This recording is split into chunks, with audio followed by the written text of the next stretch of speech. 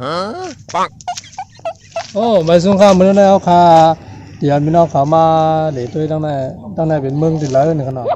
ตั้งในเดี๋ยวเป็นเมืองติดแล้วตั้งอันเขาอยู่ในเป็นเมืองแล้วนี่ขนาดเขาคำมาบอกเอานั่นก็ได้เป็นเมืองลาวนี่ขนาดเมืองลาวอ่ะนี่ก็เมืองลาวดังเมืองไทยได้แข่งกันน้ำคงนี่ขนาดแข่งกันน้ำคงตั้งอันเขาอยู่หมดแล้วได้เป็นเมืองไทยนี่ขนาดนะครับเพราะว่าใครตะกามากันเลยเพราะว่าเป็นข้าวเปิ้นเดมือเปิ้นลาวเนี่ยเปิ้นก็เด็กคำกับทั้งบนคำมาทั้งในนี่ครับเนาะพี่น้องไทยเขาเคยกันตั้งเราคำขี่เฮือในคำกาไรนี่ครับเนาะอันเป็น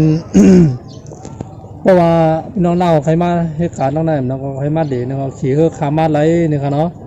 ขี่เฮือคำมาไรครับมันเป็นจุกข้าวนั่นแหละมันเป็นจุกข้าวดักเป็นโควิดนะครับมันเดกะมาม่าไรนะครับเนาะบนเดไร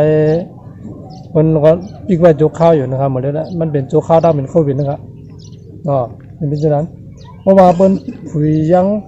ผุยโคผุยตาเฮือมันได้พี่น้องเล่ากับมันหรืออะไรพี่น้องไทยกับมันหรืออะไรครับนะครับบัวไปใครมันหรือมันหรืออะไรกันเนาะนั่นแหละจะเป็นเจียงของนะครับเจียงของตั้งเจียงไฮ้นะครับเนาะนะครับที่ผมว่าเป็นมือนะครับย่ำเดี๋ยวได้มือนะไม่กว่ามันย่ำเดี๋ยวเดี๋ยวเป็นว่าเขาว่ามันเป็นตัวข้าวดักเป็นโควิดนะครับเนาะเขาว่ามันเด่นว่ามีก้นนะครับเนาะข้าวนี่ก็ได้เป็นข้าวกลางวันข้าวหุงคำก็ติดชิ้นขนาดนะครับได้ก็ได้เป็นหอสังแต่หัวหอดีดื้อเฮือนก็ว่าขนาด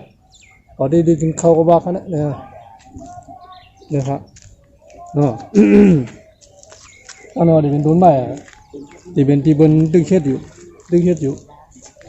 บนตึกเฮ็ดตึกถูกนะครับมันได้เฮียงว่าเหมือนได้คนขอมันพอมีนะครับเนาะคนก็เลยขึ้นหรือว่าอยู่ตัวข้าวก็ว่ามีก็ได้มีอยู่ขนาดคนนั้นอยู่ไปจอมเพื่อนได้มีอยู่ขนาดมีน้ำมีเอเดนไปหู้จางบานนะครับเนาะมันอยู่ที่นั่นขนาดเนาะอยู่ที่บ้านเมืองนั่นขนาดอยู่ที่จุฬาดังเบนนั่นขนาดเนาะจุฬาดังเบนในคนก็ได้บ่มีนั่นขนาดเนี่ยเขาได้ต้องมึงก็ได้เมืองลาวก็เอาขึ้นเตียกอุเตียกว่าหลายขนาดนั้นเลยเนี่ยครับเสียงก็ตี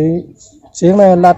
คนรัดมันห้องน้ำมันอะไรนั่งยินเหมือนกันนะในบนนี้อะไรยินเสียงบนพ่อสั่งพวกเขาเนี่ยนะนั่งยินเหมือนกันมันยินคนมาลงมาเหรียญน้ำวัวหันของเขาเนาะนะครับอย่างย่าไปทางครับคำว่ามีแถมจากไอ้แถมมาแถมนะบาย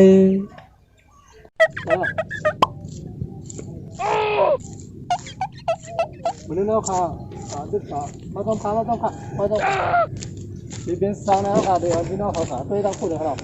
นะครับสาวนาเดี๋ยวเป็นดีดีนะงานโตนะครับสุพรรณนะว้าว